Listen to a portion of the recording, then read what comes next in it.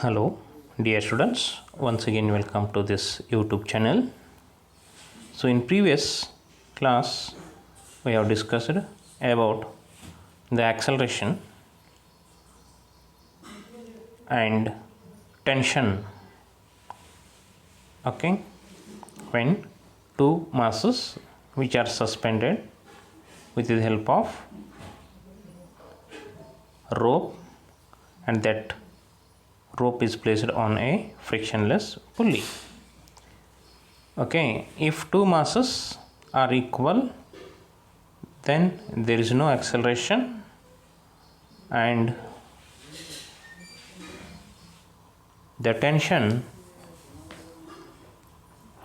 T equal to mz.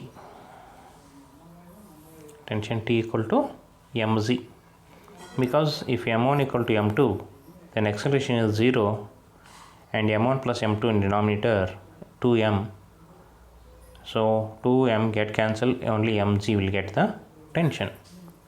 Okay, and many questions on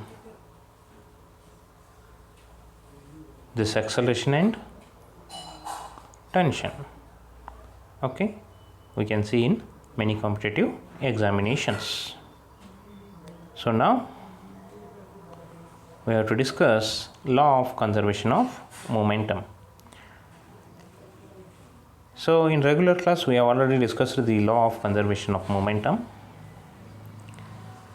So the law of conservation of momentum, which is stated that momentum can neither be created nor destroyed in a closed system, so the total momentum remains same. So this law helps to find recoil velocity of a gun and many numericals on this law of conservation of momentum. So let's to prove the law of conservation of momentum. So consider two masses m1 and m2. Okay, they are moving with the velocity u1 and u2. See, u1 and u2 are the velocities, and both are moving in the same direction. So when these two bodies are collide each other, so then definitely what happens, their individual velocities are changes. v1 and v2 be the velocity after the collision. So now the rate of change of momentum is m1 v1 minus m1 u1 upon t. Similarly, the rate of change of momentum of the second body is m2 v2 minus m2 u2 divided by t. Okay, so m1 u1 is the initial momentum, m1 v1 is the final momentum. Final momentum means momentum after collision. Similarly, for second one is also m2 u2 is initial, m2 v2 is the final momentum, means after collision. Okay, so the momentum of both A as well as B, both are changing. Okay, so if the body A pushes the body B, then definitely that will be exerts the forces, means the force F1 on B and the force F2 on A, and these two forces are action and reactions. And according to Newton's third law of motion, these two forces are equal in magnitude, but the directions are opposite. So that is F1 equal to minus F2. So now by substituting the values of F1 and F2, okay, F1 ಮತ್ತು F2 ಬೆಲೆ ಹಾಕಿಬಿಡೋಣ. And by simplifying this, TT get cancel, M1 V1 minus M1 U1 equal to minus M2 V2, minus of minus becomes plus M2 U2. Okay, so now the initial velocity you have to take means you take one side, we take another side, that is M1 U1 plus M2 U2, and here M1 V1 M2 V2.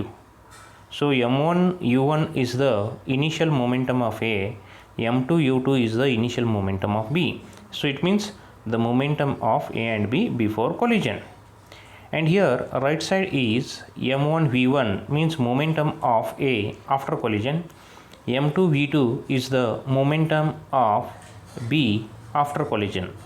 So it means momentum after collision right side, and left side momentum before collision.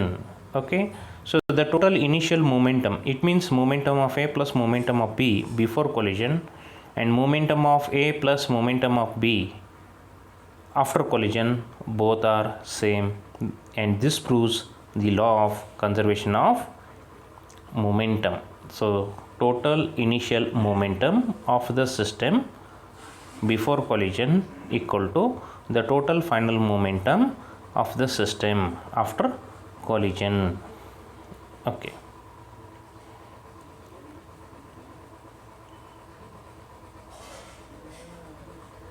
so now equilibrium of a particle.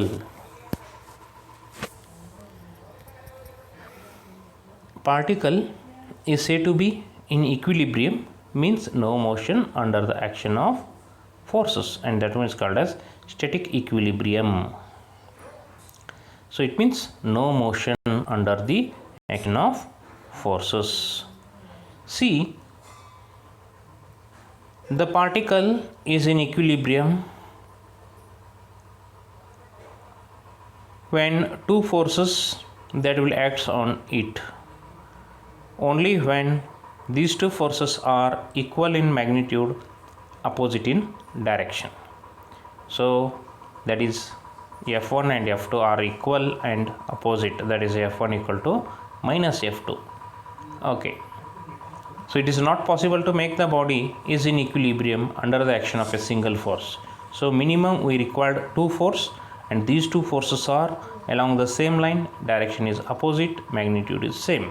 So this is the condition for equilibrium of a particle under the action of two forces. Now if you want to make the particle is in equilibrium, okay, suppose there are two forces F1 and F2 which are acts on a body, and these two forces are not along the same line, then definitely the direction of the force is along the diagonal of the rectangle. So means this diagonal gives the effect of F1 and F2. Okay, the effect of F1 and F2. So by introducing the third force, which is equal to the resultant of F1 and F2 and exactly opposite to the direction of the resultant, then the particle becomes equilibrium, that is the sum of F1 and F2 equal to minus F3. It means vector F1 plus vector F2 plus vector F3 is 0.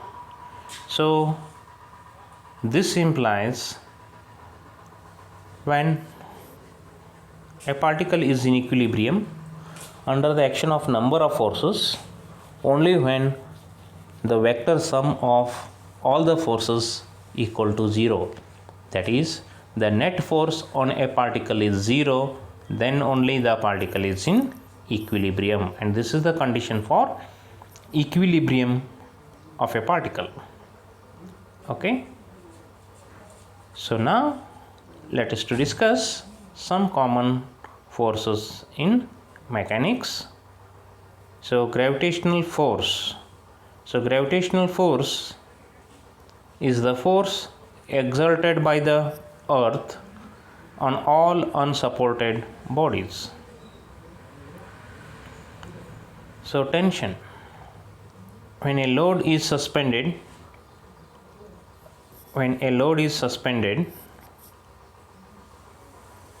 from a string whose other end is fixed to a support, restoring forces are set up in the string due to property of elasticity. This restoring force in a string is called tension. And in previous class, especially for free body diagram, we have discussed when a mass m is suspended with the help of thread, so the tension in the string is T equal to mg. Okay, so now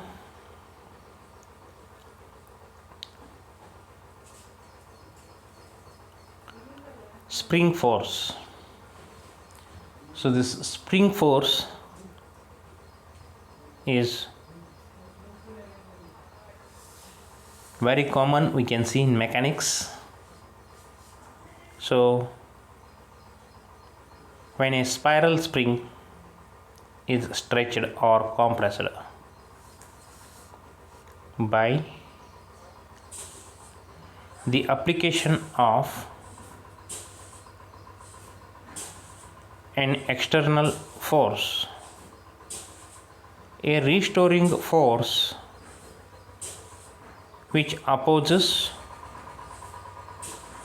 the applied force is set up in the string due to property of elasticity of the material of the spring. The force thus developed is directly proportional to the extent of compression or elongation. And here we can write F proportional to x, where x is the displacement, and F equal to some constant into x, and that constant is called as spring constant or force constant. Okay, so that is a force constant. K means force per unit length.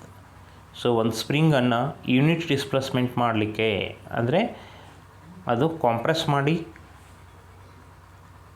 Okay, ಅಥವಾ stretch ಮಾಡಿ, okay,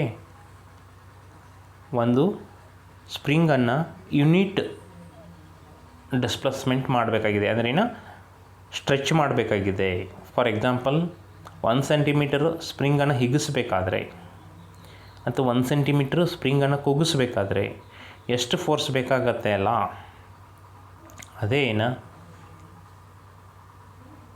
K value, that is force by displacement. So the SI unit of K is Newton per meter. Okay, so now come to the term contact force.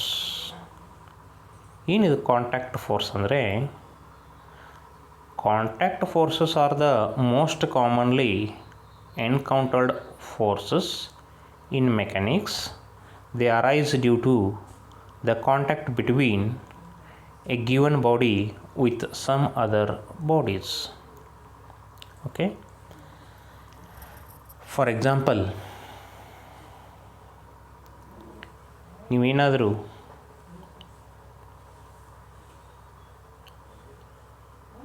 ಒಂದು ಪೇಪರನ್ನು ಒಂದು ಹಾರ್ಡ್ಬೋರ್ಡ್ ಮೇಲ್ಗಡೆ paste ಮಾಡ್ತೀರಾ by using gum. And it is possible because of the contact force. ಒಂದು paper ಮೇಲ್ಗಡೆ ಪೆನ್ನಿಂದ ಬರಿತೀರಾ, ಆ ink ಏನು ಮಾಡಿರುತ್ತೆ ಅಂದರೆ ಆ ಪೇಪರ್ಗೆ ಅಂಟ್ಕೊಂಡಿರುತ್ತೆ. This is possible because of the contact force. You can give the number of examples for contact force. Okay, so these are the common forces in mechanics, and we can discuss the remaining part in next class. Okay, thank you.